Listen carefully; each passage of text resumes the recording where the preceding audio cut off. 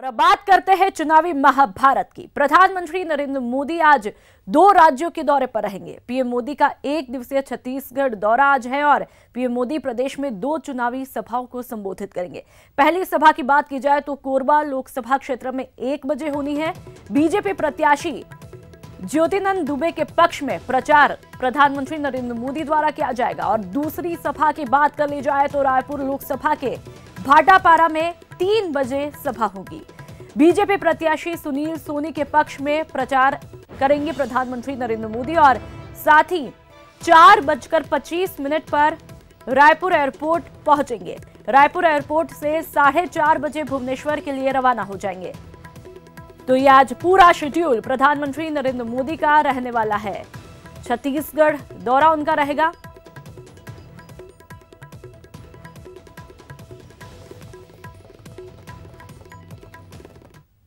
BJP और कांग्रेस दोनों ही पार्टियों के उम्मीदवार आज नामांकन करेंगे। हम आपको ग्राफिक्स के जरिए बताते हैं आज कौन कौन प्रत्याशी अपना नॉमिनेशन करेंगे।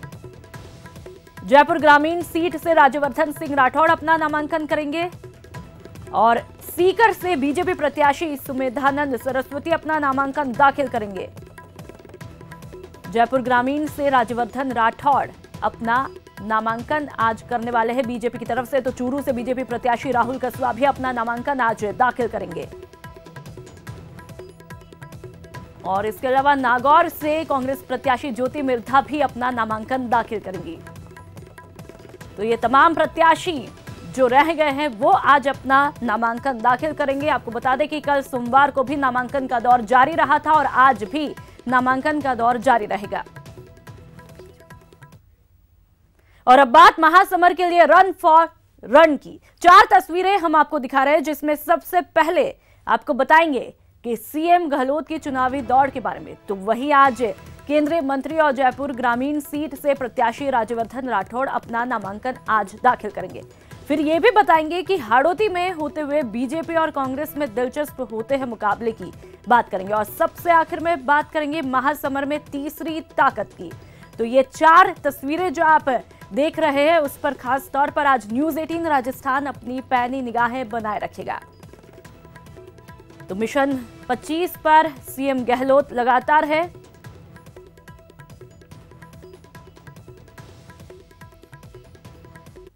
कांग्रेस प्रत्याशी रिजू झुंझुनूवाला के समर्थन में पुष्कर में कांग्रेस के कई दिग्गज नेता प्रचार में जान फूकेंगे। झुंझुनूवाला के समर्थन में मुख्यमंत्री अशोक गहलोत, डिप्टी सीएम सचिन पायलट समेत पार्टी के कई वरिष्ठ नेता गुर्जर भवन में आम सभा को संबोधित करेंगे।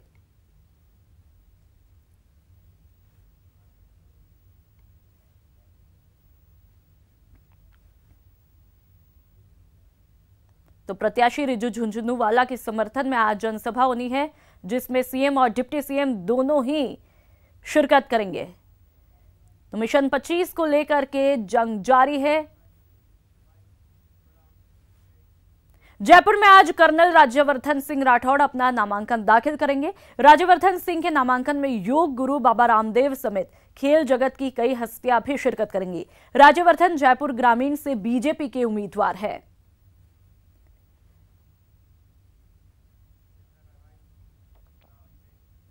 नागौर लोकसभा सीट से कांग्रेस प्रत्याशी ज्योति मिर्धा आज अपना नामांकन दाखिल करेंगे। इसके बाद नामांकन सभा का आयोजन भी किया जाएगा जिसमें मुख्यमंत्री, उप मुख्यमंत्री सचिन पायलट, हरियाणा के पूर्व सीएम भूपेंद्र हुड्डा सहित कई दिग्गज नेता उसमें शिरकत करेंगे। पशु प्रदर्शनी स्थल पर सभा का आयोजन होगा जिसकी सारी तैयारियां भी पूरी कर ली गई है। राज्य के बड़े नेता साथ में पधारेंगे और हमें उम्मीद है कि भारी संख्या के अंदर लोग यहाँ पर एकत्रित होंगे कल कांग्रेस के समर्थन में। सीएम साहब, अशोक गहलोत जी, अविनाश पांडे जी, सचिन पायलट जी, रघु शर्मा। तो वहीं बीजेपी के गढ़ कहे जाने वाले हाड़ौती में भी इस बार दोनों सीटों पर लोकसभा चुनाव में मुकाबला बेहद रोचक है। 30 साल में जो झालावाड़ में जो परिवर्तन हुआ है वो राजस्थान की पूर्व मुख्यमंत्री जी की वजह से। कांग्रेस की प्रतिष्ठा का चुनाव है, हर कार्यकर्ता की प्रतिष्ठा का चुनाव है। हाड़ौती में एक कठिन जंग, बीजेपी के गढ़ में कांग्रेस का मजबूत दांव। क्या अपना गढ़ बचा पाएगी बीजेपी? मैं कह सकता हूं कि 2014 से ज्यादा देश में लोकसभा की सीट आएगी। राजनीतिक दास्ता में जकड़ा हुआ है, उसके मुक्ति के संघर्ष की शुरुआत हमने कर दी है। पूर्व मुख्यमंत्री वसुंधरा राजे के पुत्र दुष्यंत सिंह इन दिनों हाड़ौती में भीषण गर्मी के बावजूद पसीना बहा रहे हैं। सूबे में बीजेपी की सत्ता जाने के बाद इस बार का चुनाव थोड़ा कठिन है। 3 बार के सांसद रहे दुष्यंत सिंह मुश्किलों को समझ रहे हैं। हालांकि इस सीट पर करीब 3 दशक से उनके परिवार का कब्जा है और दुष्यंत सिंह इस चुनाव में भी उम्मीद छोड़ने को तैयार नहीं दिखते। आदरणीय मोदी साहब की एक सुनामी लहर है और ये राजस्थान में भी है। शुरुआत है, पर 30 साल में जो झालावाड़ में जो परिवर्तन हुआ है वो राजस्थान की पूर्व मुख्यमंत्री जी की वजह से, पार्टी के हर एक कार्यकर्ता की वजह से, जिसमें 12 जिला का कार्यकर्ता, जिसमें झालावाड़ जिला का कार्यकर्ता।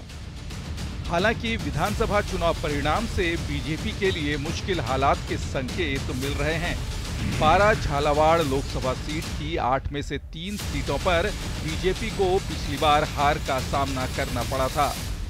वहीं पूरे लोकसभा क्षेत्र के हिसाब से बीजेपी विधानसभा चुनाव में सिर्फ 21,000 वोटों से ही कांग्रेस से आगे निकल पाई थी। 12 जिले की 4 में से 3 विधानसभा सीटों पर जीत हासिल करने वाली कांग्रेस आक्रामक प्रचार कर रही है। 2014 जैसी मोदी लहर का ना होना भी कांग्रेस के हित में है। तो 12 से ताल्लुक रखने वाले गहलोत सरकार के मंत्री प्रमोद जैन भाया कांग्रेस उम्मीदवार प्रमोद शर्मा की चुनाव की कमान संभाल रहे हैं। तो यहां कांग्रेस बीजेपी की वंशवादी सियासत पर हमला कर रही है। झालावाड़ की जनता को 30 वर्षों से जो एक राजनीतिक दास्ता में जकड़ा हुआ है, उसके मुक्ति के संघर्ष की शुरुआत हमने कर दी है और ये शुरुआत इस बार के चुनाव के अंदर कांग्रेस की विजयश्री के साथ ही समाप्त हो जाएगी। बात कोटा बूंदी सीट की करें तो यहाँ भी बीजेपी के लिए चुनौती कम नहीं है। यहाँ भी विधानसभा की कुल 8 सीटों में से 5 पर बीजेपी और 3 पर कांग्रेस ने जीत दर्ज की थी। वहीं कोटा बूंदी सीट की सभी 8 विधानसभा सीटों पर बीजेपी महज 15,000 वोट से ही कांग्रेस से आगे निकल पाई थी। यही नहीं, कांग्रेस से बागी होकर केशव राय पाटन से निर्दलीय चुनाव लड़ने वाले सीएल प्रेमी भी कांग्रेस में वापसी कर चुके हैं। तो जातिगत समीकरण के बूते भी कांग्रेस उम्मीदवार राम नारायण मीना बीजेपी उम्मीदवार और मौजूदा सांसद ओम बिरला को कड़ी चुनौती दे रहे हैं। कांग्रेस इस सीट को जीतने का दावा भी कर रही है। ये प्रतिष्ठा का चुनाव है, कांग्रेस की प्रतिष्ठा का चुनाव है, हर कार्यकर्ता की प्रतिष्ठा का चुनाव है।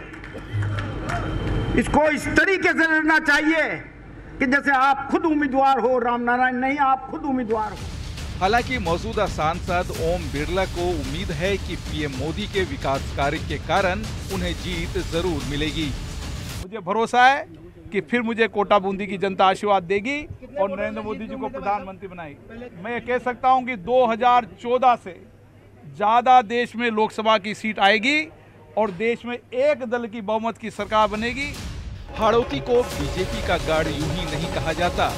जहां झालावाड़ 12 लोकसभा सीट पर 30 साल से बीजेपी काबिज है, वहीं कोटा बूंदी सीट पर भी कई चुनाव में बीजेपी का ही पलड़ा भारी रहा है।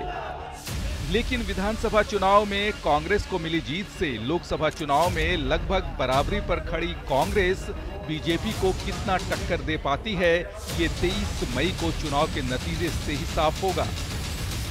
कोटा से कैमरामैन मुकेश शाक्यवाल के साथ शाकिर अली, न्यूज 18 राजस्थान। बीजेपी और कांग्रेस दोनों राजस्थान में मिशन 25 की बात कर रहे हैं। ऐसे में सवाल उठता है कि क्या दोनों ने तीसरी शक्ति को नजरअंदाज कर दिया है, या फिर राजस्थान का यही सच है कि तीसरी ताकत का यहां पर कोई वजूद नहीं। आइए देखते हैं रिपोर्ट में।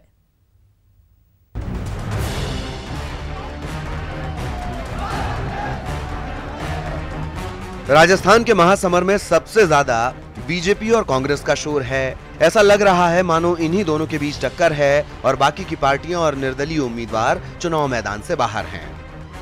ये सच भी है कि बाकी पार्टियों की हैसियत राजस्थान में बीजेपी और कांग्रेस को बहुत बड़ी चुनौती देने की नहीं है, लेकिन ये भी सच है कि इक्का दुक्का सीटों पर उनके प्रत्याशी बेहद मजबूत हैं और कई सीटों पर उम्मीदवार खड़े कर तीसरी पार्टियों ने मुकाबले को दिलचस्प बना दिया है।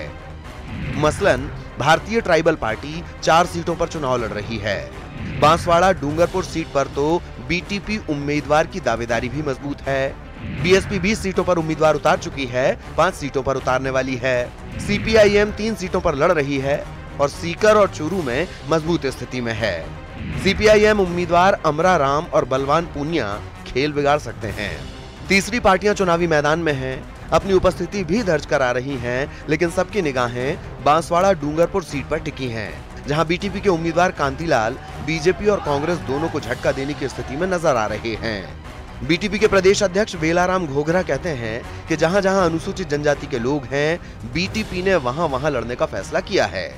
4 सीटों का उतारने का कारण है कभी हमारी बीटीपी बहुत कम टाइम में आई है। हमारी अनुसूचित क्षेत्र में तो जो एरिया है हमने उतारी दिया है, और बाहर में सामान्य वर्ग के सामान्य सीटों पर भी लोग आएंगे, अब आने वाले टाइम में आएंगे। 2014 की जंग और 2018 के विधानसभा चुनाव में अरविंद केजरीवाल की आम आदमी पार्टी ने भी राजस्थान के रण में उम्मीदवार उतारे थे, लेकिन सबका डब्बा गोल हो गया था। ऐसे में इस चुनाव में आम आदमी पार्टी ने खुद को मैदान से बाहर ही रखने का फैसला कर लिया है। इसलिए जो विधानसभा चुनाव का अनुभव था आम आदमी पार्टी का, उस समय मैंने कहा था कि हम जितना नीचा गिर सकते उतना नीचा गिरे, उससे कम स्थिति हमारी नहीं हो सकती। इसलिए बिना तैयारी के चुनावी मैदान में उतरना ये ठीक नहीं समझा। आम आदमी पार्टी भले मैदान में ना हो, लेकिन बीएसपी और बीटीपी के साथ कई ऐसे उम्मीदवार हैं जो जीतने का मादा भले ना रखें, लेकिन किसी को हराने का दम जरूर रखते हैं। दिनेश शर्मा, न्यूज़ 18, जयपुर।